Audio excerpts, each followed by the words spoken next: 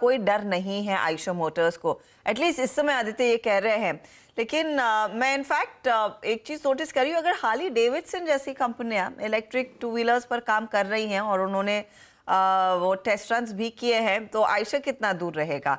I wouldn't be surprise कि couple of years down the line Eicher की तरफ से भी एक सॉलिड ईवी मोटरसाइकिल आए। और आपने देखा होगा हर्षता, आई मीन बाजार ईवी को हाथों हाथ लेता है। मुझे याद है अच्छी तरीके से टीवीएस को सबसे बड़ा एडवांटेज टू व्हीलर स्पेस में जो मिला वो ईवी का ही था। मानती हैं आप ये बात हर्षता? और सबसे बड़ा प्राइस टच अगर कहीं मिला टीवीएस में मिला। एग्जैक्टली।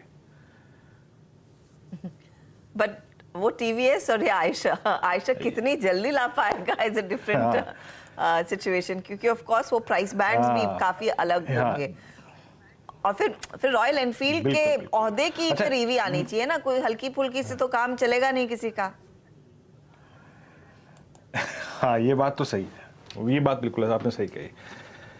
मयूरेश, आपने कन्वर्सेशन सुना अभी? अगर आप देखें हर्षता का, मैं इसमें बहुत पार्टिसिपेट नहीं कर पाया, मैंने नंबर्स को बहुत अच्छी तरीके से नहीं पढ़ा था, बट अब थोड़ा सा पर्सपेक्टिव मेरा भी क्लियर हो गया। आपका व्यू क्या है आयशर मोटर्स पे? और मैं इसलिए प्रश्न पूछ रहा हूँ क्योंकि मैं प्राइस को रीड कर रहा था थोड़ा सा। हिस्टोरिकली इसकी एक टेंडेंसी रही है, जब ये 200 डेमा को वॉलेट करता है तो डिसाइसिवली वॉलेट करके एक डिफरेंशियल क्रिएट करता है, और एग्जैक्टली इस प्राइस पे एट 3162 ये अपने 200 डेमा पे ट्रेड कर रहा है। आपने नंबर्स को सुना, और आपका व्यू इस प्राइस पे क्या है एग्जैक्टली?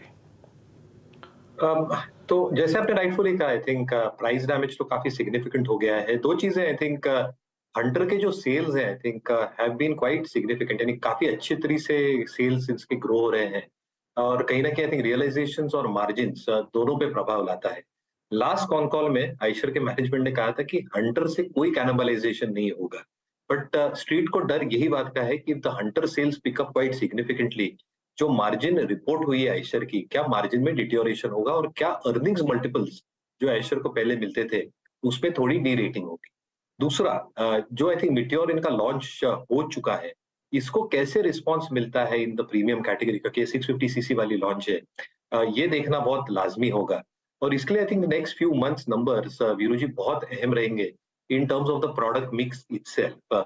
तीसरा, आप देखें जो एक्सपोर्ट मार्केट्स हैं, because of freight issues, because of semiconductor issues, वहां पे थोड़ी दिक्कतें जरूर देखने मिली थी, but these market should start picking up quite significantly.